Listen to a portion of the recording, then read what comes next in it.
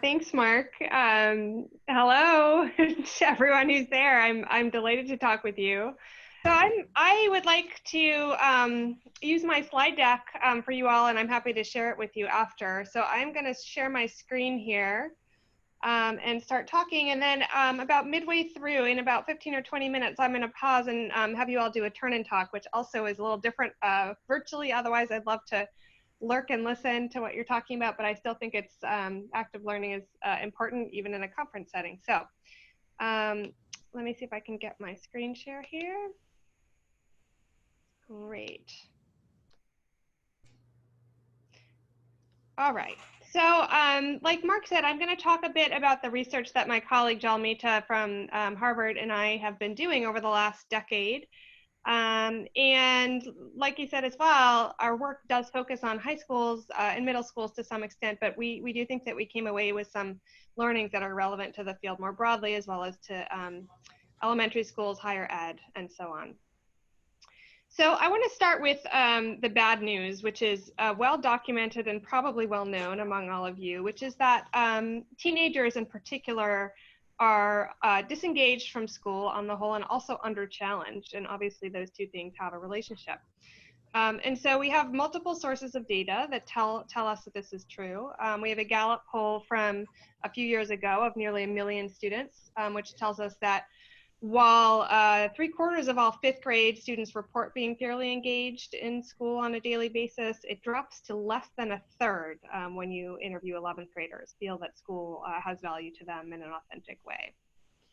The Measures of Effective Teaching study, which was the largest ever video study of classrooms, found that while most American classrooms are competently managed, meaning they're not the blackboard jungles that sometimes get portrayed in the media, it's really only 1 in 5 classrooms where you see a lot of complex thinking happening on a regular basis for kids. And for the most part, what's happening in a lot of classrooms across the US is that kids are engaged in fairly low-level tasks where they are memorizing or sort of minimally applying algorithms or ideas that they're being given by their teachers. Not a lot of opportunities for analysis, synthesis, creating stuff, and so on.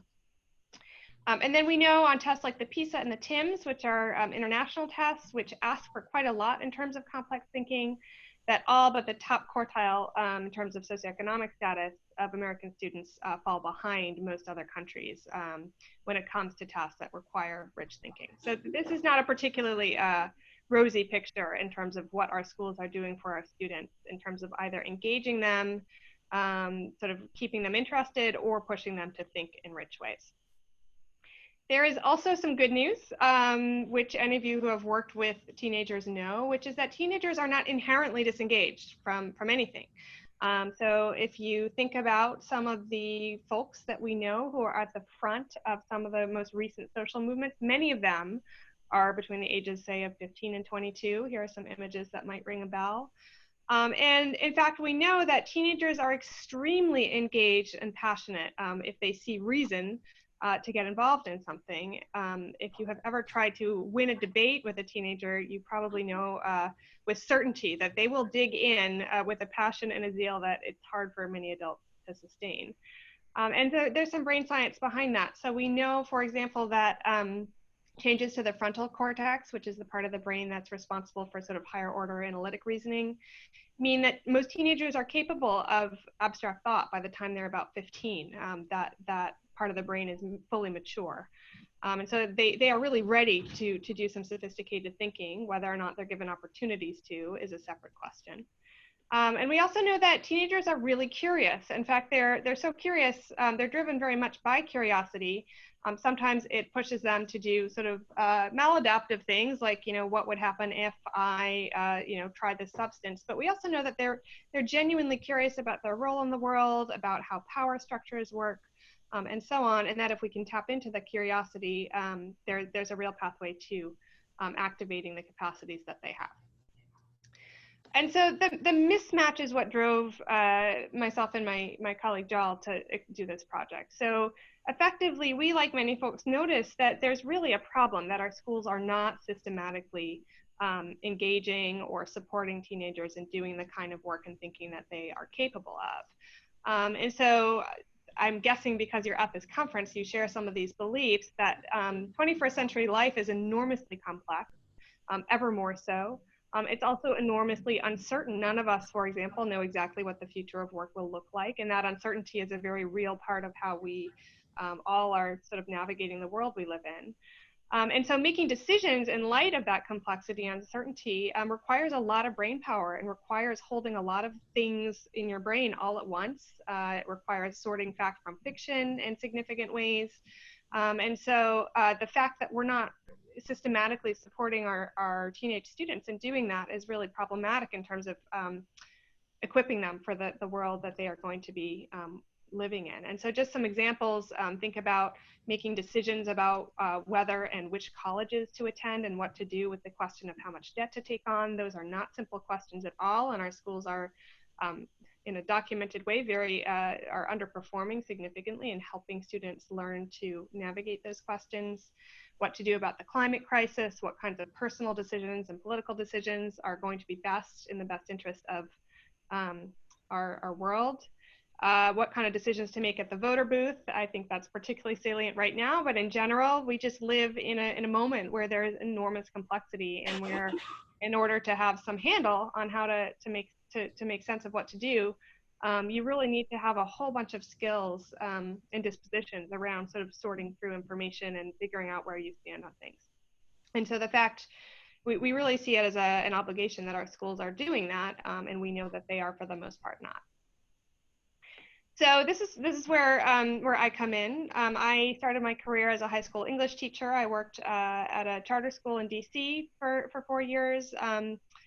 And then I sort of left the classroom and went back to grad school because I had all of these questions and sort of dilemmas that had emerged for me about how we were educating our students. And I encountered my colleague, Jalmita, who had some similar questions. And effectively, both of us felt like, especially 10 and 15 years ago when the No Child Left Behind policy was in full force, there was this sort of myopic emphasis on test scores and on basic skills, and sort of raising the quote unquote floor of what students were able to do in schools. And while we agreed that that was a worthy cause, we also felt like the conversation had really become so much about the floor that there was not an opportunity anymore to really think about, like, what do we really want schools to be doing at their best? What are our sort of ceiling in terms of the aspirations we have for kids? And so we set out to try to find some schools that we thought would have answers to that question. And our goal at the beginning, we thought maybe we would take a year or two. We would find some schools that were doing great work, ideally with sort of kids who were not from particularly advantaged backgrounds. And we would come out with a few case studies and publish them, and they'd be helpful in some way, and we'd wash our hands of it. That is not what happened. I put up this picture of Homer's Odyssey for a reason, because here I am 10 years later, and our book just came out last spring, and the fieldwork took us about 6 years, and the writing took us more. And it's because it turns out the questions we were asking have very complicated answers. So at the beginning of the study, we made several mistakes beyond just underestimating how long things would take. The first mistake we made that was really important learning for us, that we sort of offer as learning in the book, is that we assumed that schools that had reputations for being particularly ambitious or innovative, or both, the cool schools that everybody likes to talk about, would somehow have the answers to this question of, like, how do we create a learning environment where kids are doing really interesting, authentic work more often, and are emerging really equipped for the world we live in.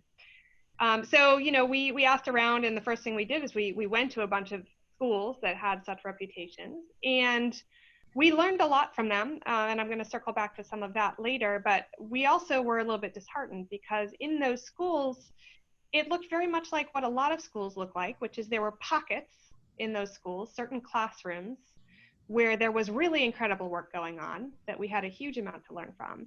And then there were a lot of places where learning actually looked kind of like business as usual, where kids were completing worksheets and memorizing formulas and doing a lot of the same stuff that we know happens across many schools in the US, and that is not particularly innovative or useful in terms of moving things forward. So that shifted our thinking in some ways that I'll name in a few minutes.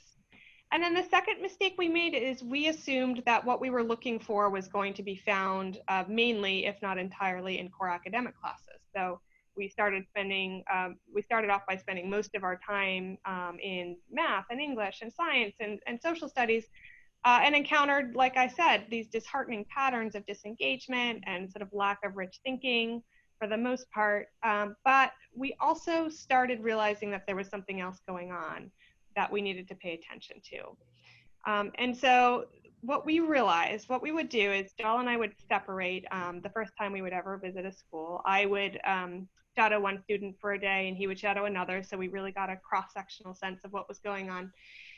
And while most of the core academic classes didn't have a lot of rich, powerful learning happening, we would ask those kids, like, when during your day do you feel like time flies by? Do you feel deeply engaged, like you care about what you're doing so much that you might continue doing it outside of the boundaries of the class? And they would tell us things like, oh, well, that's school newspaper, or that's my after school theater club, my drama club, or that is my green engineering class. And at the beginning, Joel and I were a little thick-headed, and we didn't really make too much of that because we were very stuck in our initial assumptions. But over time, it was a persistent enough pattern that what we realized was that a lot of powerful learning was happening in these quote-unquote peripheral spaces in schools. So spaces that often policymakers and folks who talk about education don't actually talk very much about: the arts, elective courses, after school programming. We tend to ignore their importance in terms of the learning that's happening for schools. And yet kids were consistently telling us that is where they were experiencing the most powerful learning. And so, eventually being, reasonable researchers, we realized we had to pay attention to what was going on. And so I just want to briefly, I'm going to dive into a little case for you, which is written up at much greater length in the book if you're interested. But we spent a lot of time at a large suburban, fairly affluent high school just outside of a city. And we wanted to kind of illustrate the difference between many of the academic classes we saw and some of these richer peripheral spaces by telling the story of following one particular student through her day. And so we call this school in our book Achievement High, where we can't identify it, but it looks and feels like a lot of the suburban public schools that I'm guessing you are familiar with. And we were following this student, and the last class of her sort of normal day was her 11th grade English class. And they were reading Hamlet, which, as a former English teacher and a lover of Shakespeare, I don't want to suggest I have anything against Hamlet or teaching Shakespeare. But what they were doing with Hamlet really mirrored some of the patterns that I described before. So if you take a look at the timestamps here, the first thing that happens in this hour-long class is there's a little quiz. There's an election coming up, I think. They introduce us, and then the kids start watching these 3 film clips of the To Be or Not to Be speech. One is, I think, the Kenneth Branagh version of the film, etc., Mel Gibson. And what they did was the teacher showed the clips, and then they had a 5-minute discussion of the differences among the 3 clips. Now, as a former English teacher, we could sit around for an entire day talking about sort of the interpretive decisions made by these 3 different directors and what it says about their interpretations of the play. This was a very superficial discussion. It was just sort of like, what'd you notice? Okay, let's move on. And then there was a matching game where kids filled out a worksheet where they were matching Shakespearean English to their modern day equivalents, and then the teacher assigned some homework and the kids left. And this is pretty typical. I will say I've seen a lot of high school English classes at this point, and some of them stand out as very different and very rich, but many classes have this sense of sort of racing through content, touching on core ideas of the discipline in a fairly superficial way, and kind of just filling the time with stuff that feels kind of English-y, but isn't really pushing kids to do that sort of rich cognitive work. And nor were the kids enormously engaged in what they were doing. So we followed this student. She had like 10-minute break, and then she raced down to the theater at this high school because she was involved in the after-school theater production of this play called The Servant of Two Masters. And the thing I want to emphasize in what we saw for the next 2.5 hours is that the ethos of the space was completely different from what we had seen in the English class and in many other classes at the school, where the kids were enormously engaged. There was a very strong sense of purposefulness. There was a high level of sort of collegiality among students. They knew where they needed to be and what they needed to be doing at all times. They were doing it without being told because they knew it was important. The actual sort of gist of the day was there was some sort of socializing and warming up. The director sort of framed what they were going to be doing, and then they jumped right into rehearsal, which, you know, is a very intensive period of sort of going through different scenes, pausing, going back, thinking about interpretive decisions, trying again, you know, moving their bodies in certain ways, lots of feedback, lots of sort of repeated practice until the rehearsal was over. And the ethos that we saw in this theater production, which we followed from the beginning to the end, so we saw the whole process and we describe it in more depth in the book, was that it just, the whole sense of why the kids were there had changed, and their sense of purpose and authentic engagement and interest and willingness to really go deep on very granular details was very high compared to what we saw in classes, academic classes. And so over time, we observed a number of other peripheral spaces. We watched green engineering electives. We worked close to a school newspaper being produced, to a debate team. And the qualities that we sort of theorize make these spaces so different, we think are very connected to what we think is at the core of powerful learning experiences and what the literature tells us. So two of those things are obviously choice. It's not inconsequential that those students had chosen to be in the theater production, and that raises some questions. That's obviously different than being put in a mandatory class. But the other ones really, as I'll talk about in a few minutes, you could imagine happening, and we did have seen in some contexts happening in core academic classes as well. So there's a strong sense of community. Students talked about themselves as quote unquote theater kids, not as, you know, I'm somebody who happens to be in this production, but like this is core to who I am and how I see myself. Kids really thought that everybody needed to be there at that rehearsal, and that if anybody was absent, it was a significant problem because the production was so interdependent. Like if the kid who's doing the lights doesn't happen to be there at the moment when they're working on coordinating the lights with a new sequence of footwork on stage, then, you know, the whole thing is going to fall apart. And, you know, same thing with the set designers and with the directors and the different actors. And so there's a sense that kids are working, they're not all doing the same thing at the same time, but the thing that they're building is bigger than the sum of the parts. And that is particularly important when you think about core academic classes where everybody's more or less doing the same thing in lockstep most of the time. And then at the end, you know, everybody gets assessed independently. And, you know, my score on the end of unit essay or test is sort of separate from what the person next to me is. And there's no interdependence at all, really, except maybe some loose collaboration around studying. There are opportunities for apprenticeship in theater and other of these peripheral spaces where students who have been doing the thing longer, maybe been in more productions, are teaching students who are newer or younger some of the things that they can do. And you see students taking on more leadership as they become more skillful. You also have apprenticeship opportunities with the adult staff who themselves were, you know, participants in theater either when they were younger, or some of them were still working in community theater settings. So there's really a kind of sense of we are all learning to do this thing within this particular tradition. There's what our colleague at Harvard, Dave Perkins, calls playing the whole game at the junior level. And the idea there is, like, if you think about how kids learn how to play baseball, you know, you don't spend a year practicing how to hit a ball, and a year practicing how to catch, and a year doing sprints. You do all of the practicing of the parts, but you also play the whole game from the very beginning. You just play it kind of badly, and over time, because you also practice the discrete parts, your game gets better. But the point there is that often what we do in academic classes is kids are practicing the parts endlessly without really having a sense of what it means to actually sort of put the parts together in a way that is authentic to something people want or need or appreciate in the real world. Whereas when you're creating a school newspaper or mounting a theater production, et cetera, you're actually, you know, doing something recognizable that has a tradition in the adult world and in the world of work and professionalization.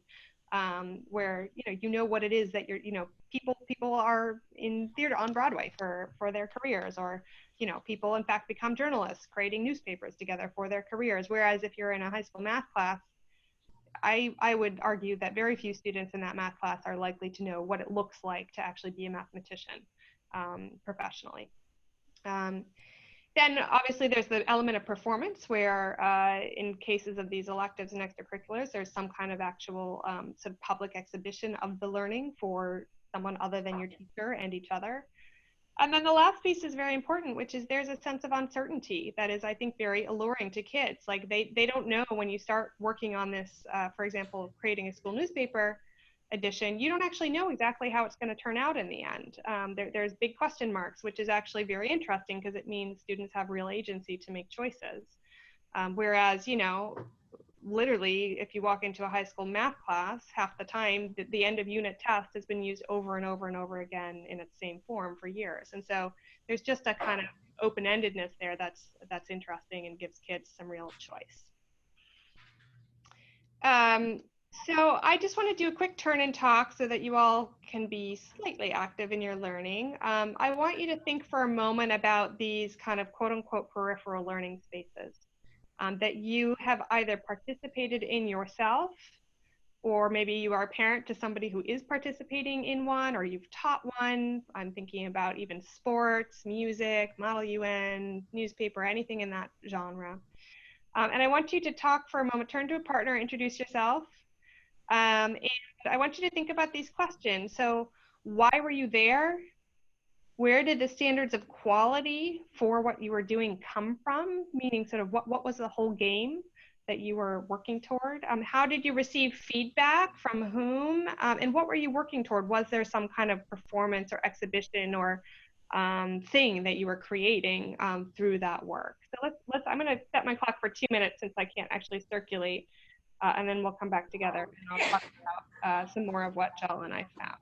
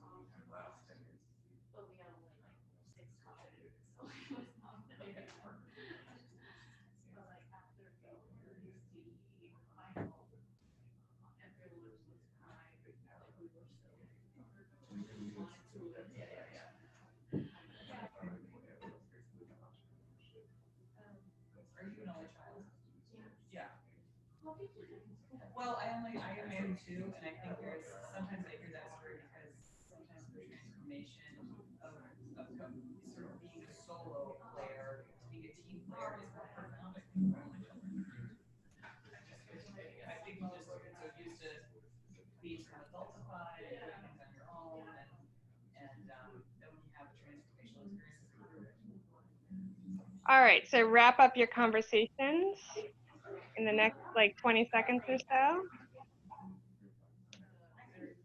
mine have been, I'll just say recently, just the last couple of years with this future work, just being free to be a self-directed learner. All right, so we're going to come back together.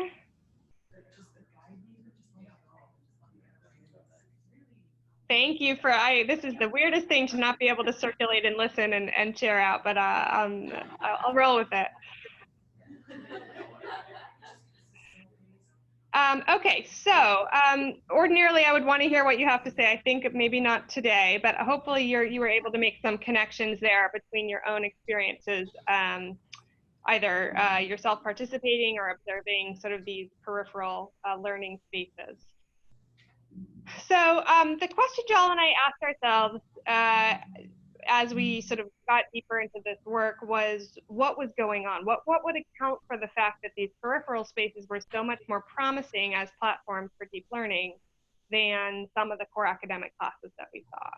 And then also, as I'll talk about in a minute, we also started to sort of zero in on some of the most promising sort of core academic classes that we had seen and try to spend some time there. And over time, we realized actually they shared a lot in common with these spaces. So very briefly, some of you may know this history very well, but one of the core things that we think accounts for the fact that schools, academic spaces in schools often are not particularly challenging or authentic places to learn has to do with the quote unquote grammar or structure of how US schools were formed in the first place, especially US high schools. So as some of you may know, in the early 20th century, that was the moment in time when high schools became a real mass institution and compulsory schooling laws were passed so that most students had to attend up through 12th grade. We had a large influx of immigrants to American cities, and so there were just a lot more students to serve, and all these questions about how to kind of efficiently um, sort and handle that sort of increase in students. And we created these schools that have these structures which are fairly efficient in terms of batch processing kids and credentialing them and sort of determining who is ready to graduate and so on. But they're not very conducive for learning, right? So we have structures like, 57-minute periods, which is, and in some cases even shorter, which is totally arbitrary, but is sort of a core part of how students move through their days. So we have short chunks of time in which learning happens. We separate disciplines from each other, and then we sort of count peak time within those disciplines. So there aren't a lot of opportunities for interdisciplinary work in high schools. We have patterns of tracking, which we know also serve as a mechanism for sort of sorting, weaning kids who may have a lot of capacity, but who for various reasons are deemed not ready for more advanced work. And that often coincides with racial and socioeconomic um, characteristics. And so we have all of these ways in which American high schools are just not set up for powerful learning in core academic spaces. And so teachers work within this incredibly constrained environment. I mean, if you have 47-minute periods twice, every 2 days, or God forbid on some kind of 7-day schedule where it changes every week, there's just not a lot to work with in terms of trying to build momentum and interest and agency and get kids involved in the kind of hands-on work that you might imagine would be more engaging for them. So a lot of these constraints have nothing to do with the capacities of the teachers involved, nor does it have to do with sort of the desires of the teachers involved, but they're sort of stuck in this world. And then beyond that, there's a set of assumptions that we encountered often when we were talking with teachers and other educators about the academic core, which is, I think, maybe not so much about structures, but it is more about a set of traditions and mindsets that have been passed down and modeled for all of us, which is that when you're learning math or science or English language arts, etc., that what students are learning is somehow certain and settled, and that the teacher's role is to be a kind of middle person between the body of knowledge that kids need to learn, or the set of skills related to that discipline, and the students themselves. And the teacher's job is to kind of like get the stuff from point A to point B with them as the middle person there. So that's sort of one piece of it.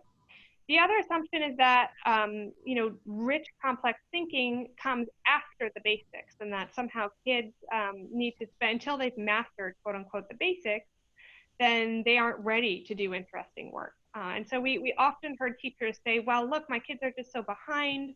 Many of them are struggling readers. I want to engage them in deep learning. I want to ask them to think in different ways, but they're not ready for that. They'll get there in a few more years. Whereas in a minute I'll talk about, we saw teachers who had very interesting ways of connecting foundational skill building to more complex thinking all at the same time, which is a much more promising approach. There's a kind of performance orientation, especially in high schools, I would say, where teachers and students are incentivized to think about performance rather than learning. So trying to get the grade rather than, or trying to get the AP score, for example, rather than being interested in the actual process or content, substance of what they're learning. And then, like I said before, there's this sort of deep tradition of individualism where in core academic classes, more often than not, it's every kid for themselves. And there's a kind of pseudo meritocracy where it's like, well, not all of us can be winners, and the thing that we're working on, it's really, each person for themselves trying to master it. And sure, you can sit at tables and help each other sometimes, but really then when we get to the test or the essay or whatever the final task is, it's on you, and it's not really anything that's bigger than any one person in this space. Um, and as I'm hoping you're recognizing, that set of assumptions runs directly counter to the assumptions we saw in a lot of peripheral spaces. And I would argue is really inhibitive in terms of the possibilities for complex thinking and rich learning. I'm just going to read this quote briefly because we heard a lot of this, especially in schools where students had college-educated parents and felt a lot of pressure to perform. This was something that a chemistry teacher told us. So we asked this teacher, do students think there should be an answer to everything they say? And the chemistry teacher said, they want to know what we want. I mean, I think I learned early on that a poker face is really important. It seems to me like there's a lot of students who just learn to read teachers' faces, and that's what they do. They give a response and look for the teacher's face. They have this sense that there's always the right answer, and that's always what I want to try and give. And so we came to think of this as a sort of what's in my pocket game. And again, lots of teachers would prefer not to be playing this game, but it becomes a kind of self-fulfilling prophecy when kids have been socialized into doing this, and teachers then feel like they have to do it, where the goal is to get the right answer rather than to kind of collectively explore something more interesting and complex. So the question we asked, and this is kind of where I want to end here, is with a couple of examples. Is we obviously, I do not think it's realistic, nor do I want to suggest that the solution to all of the problems that our schools have is to explode our schools entirely and create, a landscape of elective and courses. On the one hand, maybe that would be exciting. On the other hand, it seems unlikely to happen anytime soon, although there is some promising movement in the direction of giving more credit, assigning more credit to experiences outside of academics. So the question Jal and I started to ask then was like, what would it look like for core classes to be able to take on some of these qualities that we saw in the periphery? And happily, because there are great teachers everywhere, including in schools that aren't doing a particularly good job overall and don't have strong reputations, and in schools that are very innovative, we decided to spend extended time in some classrooms where we saw really promising work happening. And no surprise maybe to you at this point, a lot of what we saw in these really outstanding classrooms mirrored some of what we had seen in those peripheral spaces. So just two quick examples. One is a class at an urban high school, a non-selective district-run school, where we observed this methods of scientific inquiry course. I think it was a 10th grade class that students were taking. And the teacher, notably, was herself, had been a bench chemist, and so she had deep expertise in her field. And importantly there, she had a very strong sense of what the quote-unquote full game of chemistry was, because she had been a chemist. She knew what that looks like as a professional domain. And so rather than teaching chemistry the way that we often saw chemistry being taught, where, it's effectively memorizing algorithms and rules, if you see this, this is how you balance it, she engaged kids in a sustained inquiry project where they actually came up with questions that were genuinely interesting to them. Now, these were very simple questions for real chemists, right? This is a junior level of this game. So these novice chemists were asking questions like, what's a better way to get a Coke stain out of your pants? Do you use vinegar? Do you use lemon? Or, those kinds of questions. But, she gave them time to really formulate questions they really didn't know the answer to, nor was she going to tell them or give them the answer to it. They conducted literature reviews to try to understand the science and what research might say about the questions they were asking. And she also would teach a series of mini lessons that would help them gain the relevant knowledge and foundational skills to understand something about, for example, acids and bases. So she was sort of sneaking in all kinds of places where the kids were still sort of mastering some basic content in chemistry. The kids designed the study to test what their hypotheses were, and this turned out to be quite interesting because they had to deal with the question then of like what is feasible given our financial constraints, given our statistical constraints. Is it reasonable, or how do we get a big enough sample size to have statistical power? All of that. And that is, again, very sort of echoes of what real science looks like, at least as I understand it, that, you know, it is not a set of 5 steps the way that we often read about in a textbook that describes the scientific process. It's actually a fairly dynamic process, which, you know, involves political, social, and financial constraints and questions about viability, et cetera. And then, you know, as expected, in some cases, once the kids actually ran experiments, they got a null result, meaning their hypothesis was not confirmed. And that, again, is something that happens a lot in science. And she used it as an opportunity to help kids understand the idea of confirmation bias and why often in science, all we read about in journals is when you actually have some kind of quote unquote real result, whereas in fact, null results are more common and tell a different story. So she was really engaging kids in the actual work of science in a sort of junior way, and in a way that allowed them to be agents in the process, to learn some core content along the way, but also not just to sit balancing equations constantly.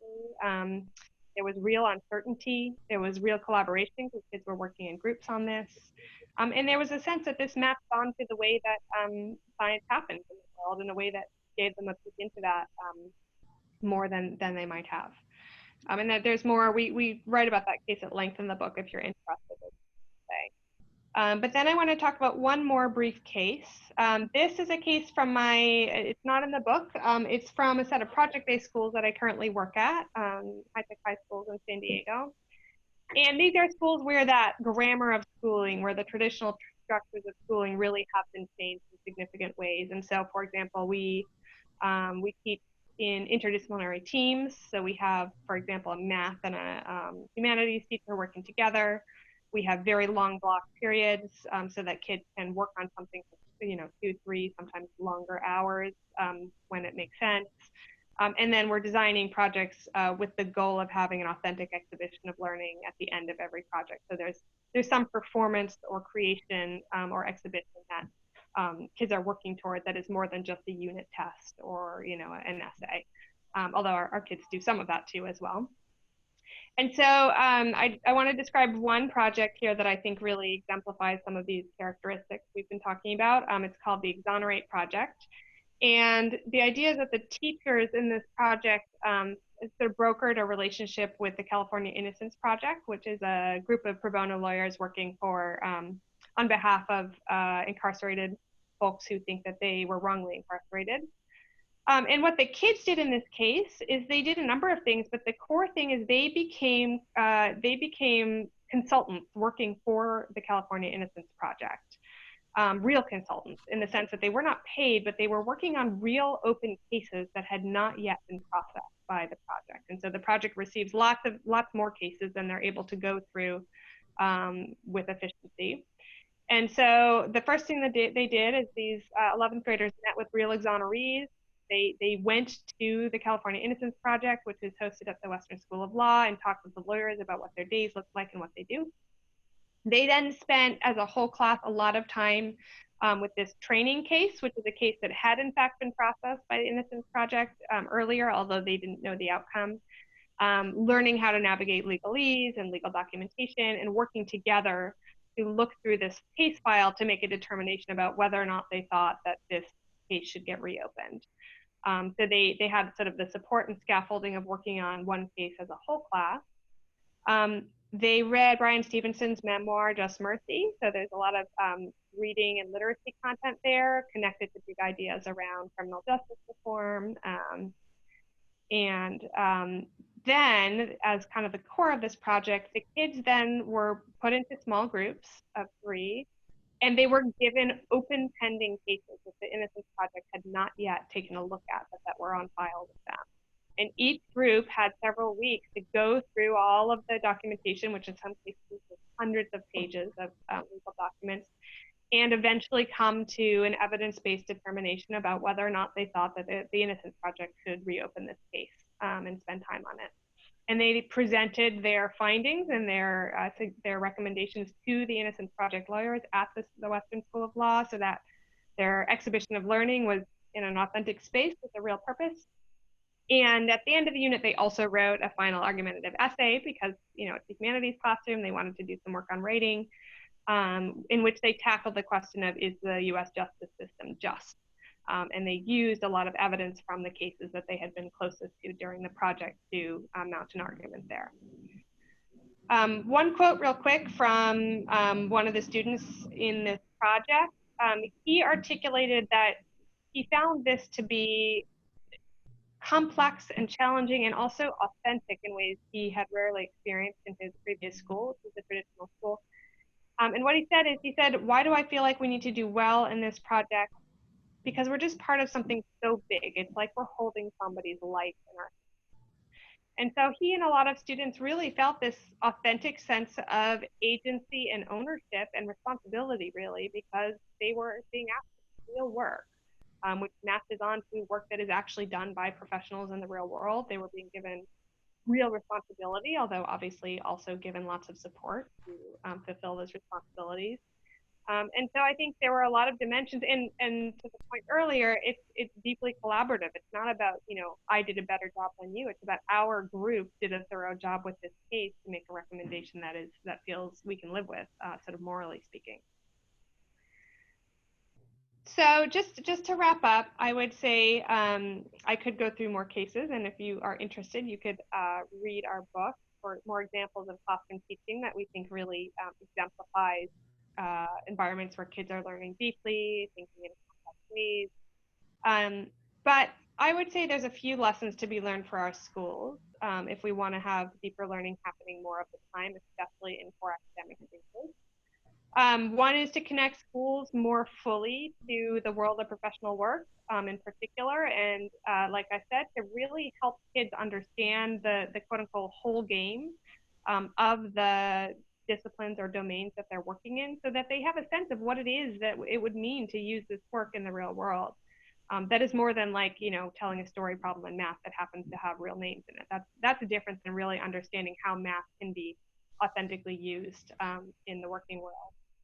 I think breaking down boundaries among disciplines is necessary if we want to move in this direction, because so many of the problems that we all work on as adults are not bounded by one discipline, and or we might be particular experts in one domain, but we really can't tackle the questions we want to tackle without working in collaboration with folks across disciplines. And so I know that to be true about my work. And I, from what I understand about other professional domains, that's often the case at this point, given the nature of the problems that we're facing and trying to solve in the modern world. And then from the kind of teacher perspective or facilitator of learning perspective, I think going deeper rather than wider is obviously really opens up possibilities. Focusing, being curious about what kids can do rather than thinking about controlling what they do and micromanaging what they do, especially with adolescents who are so capable when we allow them to be. Thinking more about learning and de-emphasizing performance. I think we have such a strong culture of performance in many of our schools that I think it's going to take a lot of undoing to help teachers and kids together feel like what they're interested in is the substance in the process of what they've learned rather than the end result. And then the final one connects back to the very first thing I said, which is we live in this incredibly uncertain moment. And so it's really inauthentic and does a big disservice to our students to act as if, all the knowledge and all the skills that they need to learn, we have great certainty over what those are. I think it's much more authentic and honest and inviting to them to really help them understand that actually a lot of the questions that are burning for many of us right now, in 2020 are not questions to which we have answers. And the interesting work comes in exploring those questions together and learning sort of disciplined ways of thinking about them, but not necessarily in having one answer or an answer that is capable by any one person. So we have a few minutes for questions. I would invite you to obviously read our book if you're interested. I'm on Twitter. It's at Sarah M. Fine. And then if you're interested in coming out to High Tech High to see the way that we are trying to make some headway on these things, I would be happy to host any. Shoot me an email and we can get that conversation going.